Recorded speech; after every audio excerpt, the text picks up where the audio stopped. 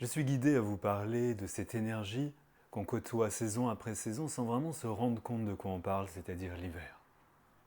L'hiver, c'est un peu la saison du grand mystère, et c'est pas pour rien qu'on va ouvrir un petit peu cette caverne sombre pour regarder un peu ce qui s'y cache.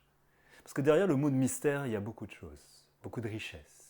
Il y a l'obscurité, il y a quelque chose qu'on va retrouver d'ailleurs dans l'énergie de l'hiver, qui est un peu intra-utérin, et qu'on retrouve en particulier dans le totem de l'ours, qui est symptomatique d'une manière sage et en connexion avec nos propres énergies et les énergies de la nature, de traverser cette initiation que constitue l'hiver.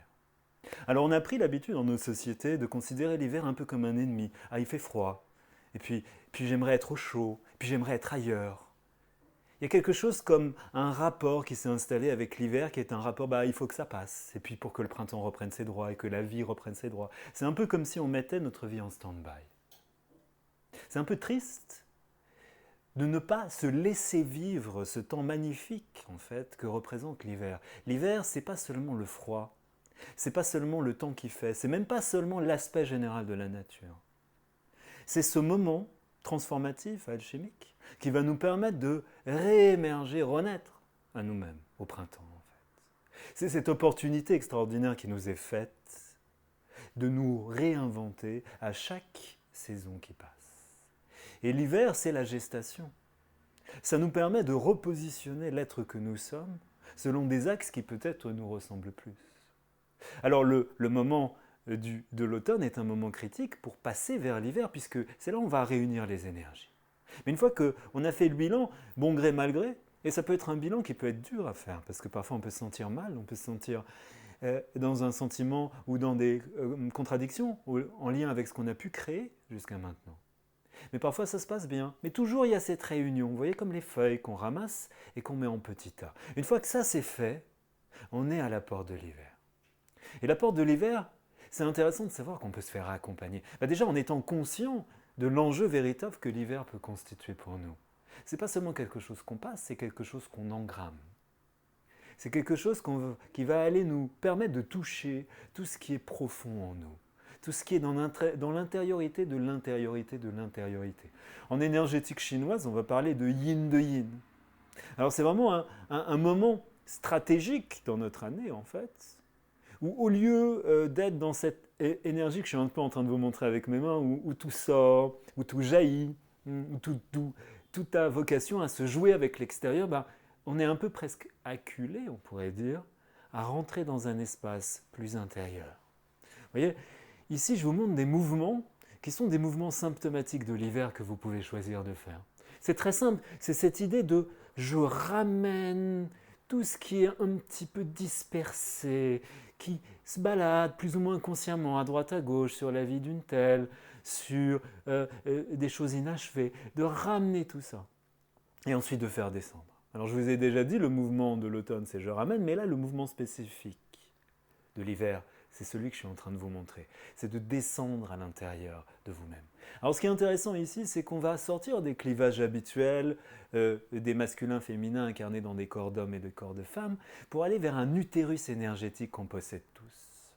Les Chinois appellent ça le dandian, c'est vraiment le chaudron alchimique. Donc c'est vraiment cette dimension où on va pouvoir mettre tout à l'intérieur de nous-mêmes, tous les ingrédients de la recette de cuisine qui est la nôtre, ou plutôt de notre chaudron alchimique, pour voir émerger quelque chose qui nous ressemble plus que ce que nous avons pu laisser aux portes de l'hiver. Donc tous ces enjeux-là, c'est déjà vraiment cette idée de mettre les bons ingrédients dans la marmite. Et c'est un petit peu ce que je vais vous proposer aujourd'hui. Alors les ingrédients concrets, ça va être évidemment les pierres.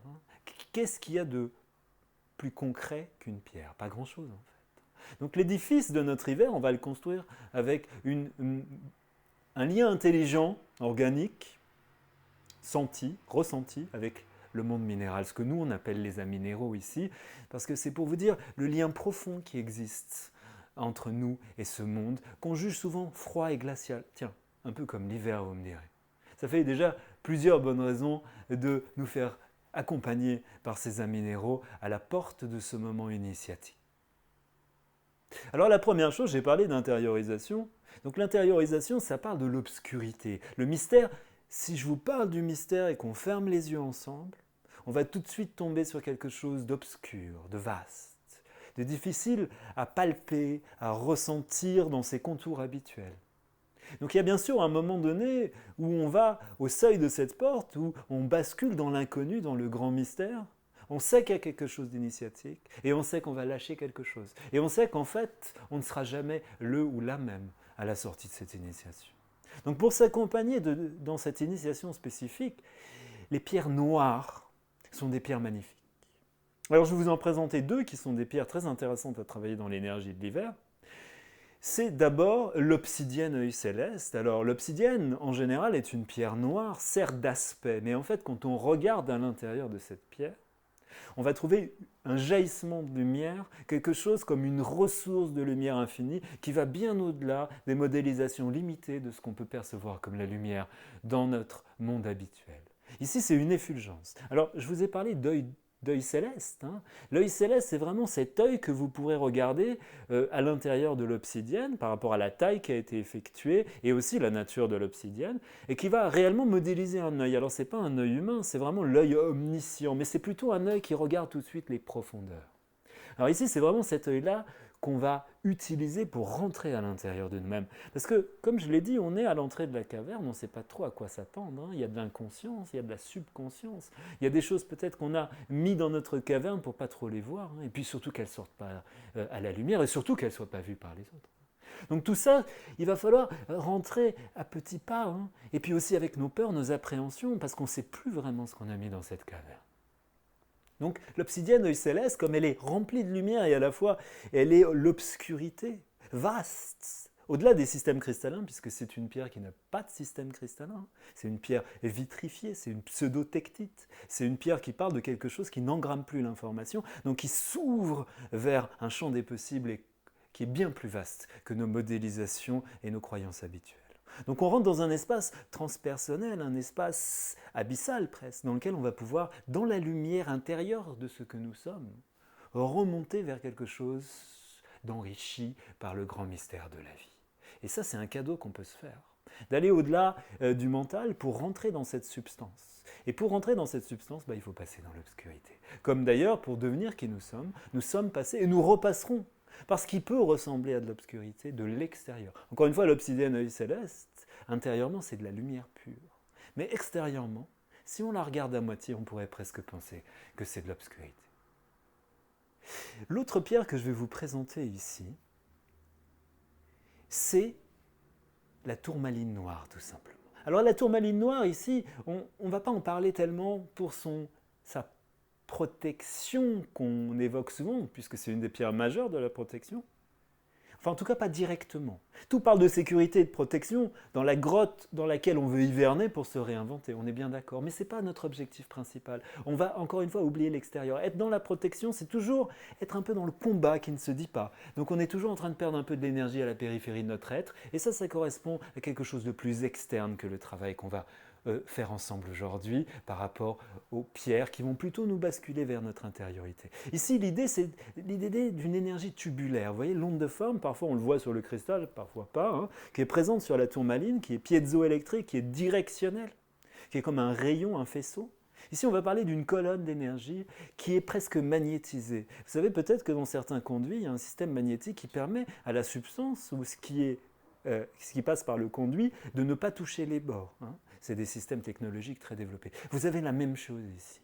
Vous avez la possibilité de maintenir la fluidité et la vitalité dans sa précision pour aller vers ce que vous souhaitez sans perdre d'énergie. Et ça, c'est important, je viens de prononcer quelque chose qui a besoin d'être contemplé et intégré pendant la période hivernale.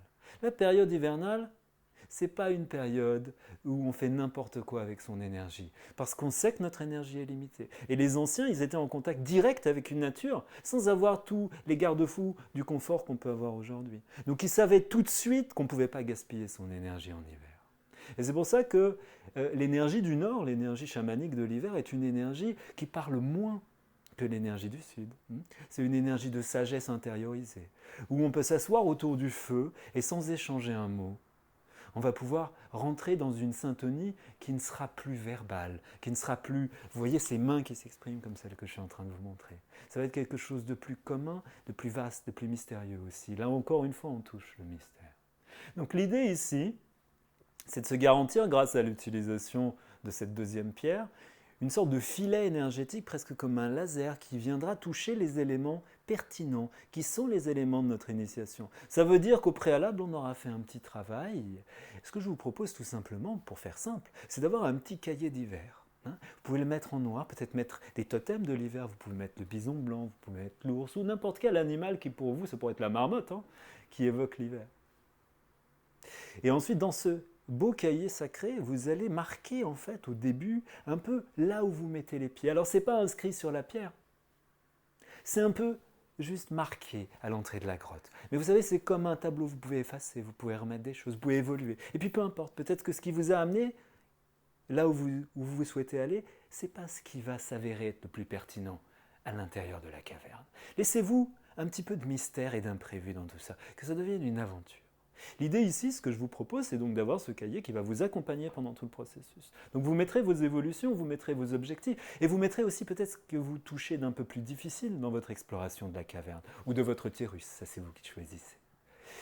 Une fois que ça s'est posé, ce qui est intéressant, c'est vous prenez l'obsidienne ESLS dans la main, et vous verrez, il y a l'œil, donc. L'œil, vous allez le diriger vers le nombril. Alors ici, vous mettez... Je vais me lever un petit peu, vous mettez tout simplement votre sphère, peu importe la taille, avec l'œil qui va se connecter technologiquement à ce chakra qui s'appelle le chakra du hara qui est derrière votre nombril.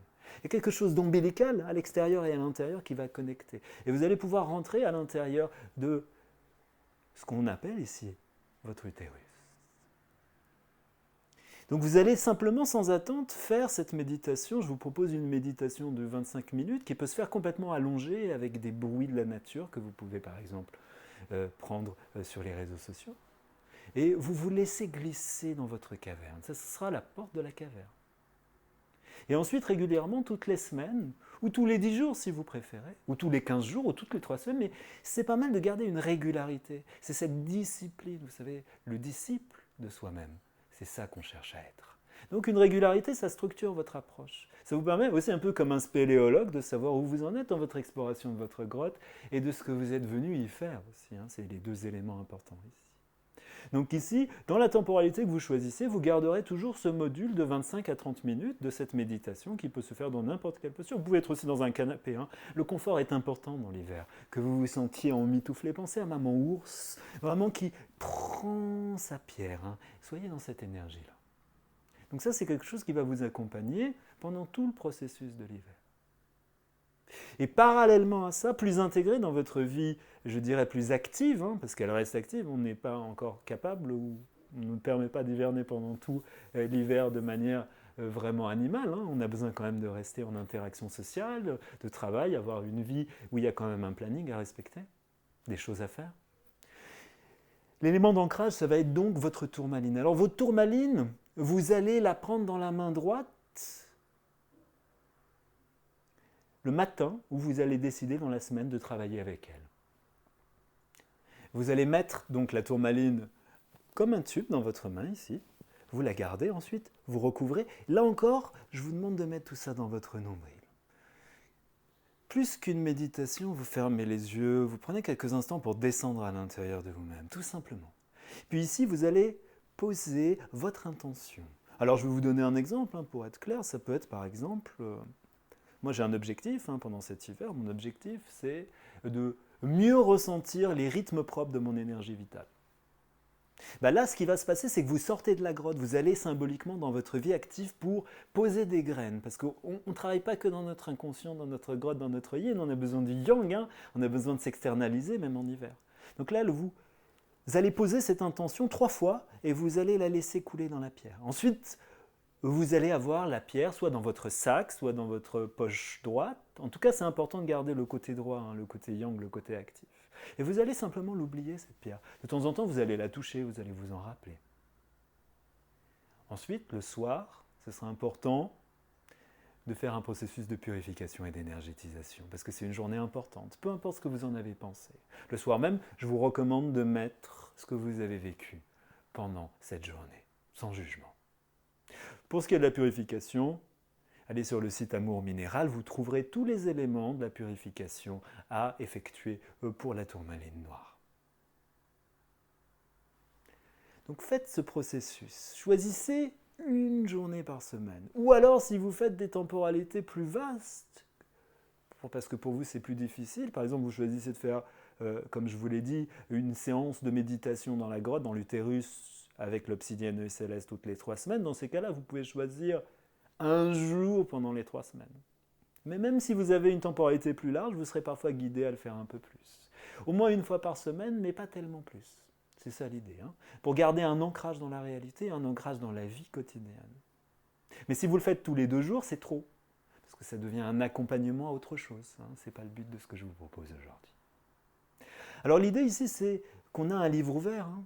Même si on rentre dans une caverne, en fait, on s'ouvre sur quelque chose d'immense qui est au-delà des mots. Hein. Donc cette exploration, elle vous appartient. Moi, ce que je suis venu faire aujourd'hui, c'est simplement, avec beaucoup de douceur, vous prendre par la main et vous amener à la porte de la caverne. Et j'espère que vous serez nombreux et nombreux à essayer de rentrer dans votre caverne, devenir vos propres mamans ours, pour quand le printemps de votre vie va pouvoir surgir, vous serez prête et prêt à vous donner et à donner à la vie et aux autres le meilleur de ce que vous pouvez être.